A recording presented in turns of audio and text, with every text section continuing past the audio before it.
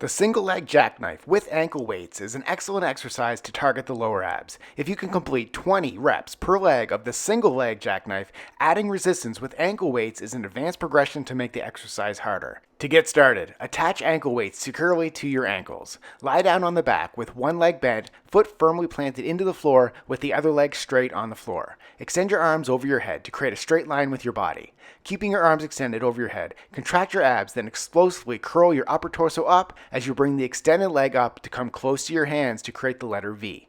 When you rise up, keep your abs turned on by breathing out to feel a strong contraction. Think about coming up with force while keeping the movement under control.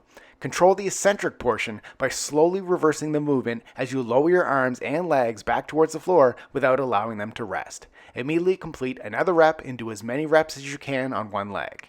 After you finish all the reps with one leg, without taking a break, switch sides and repeat the same movement on the other leg. Subscribe to get a new exercise video every day.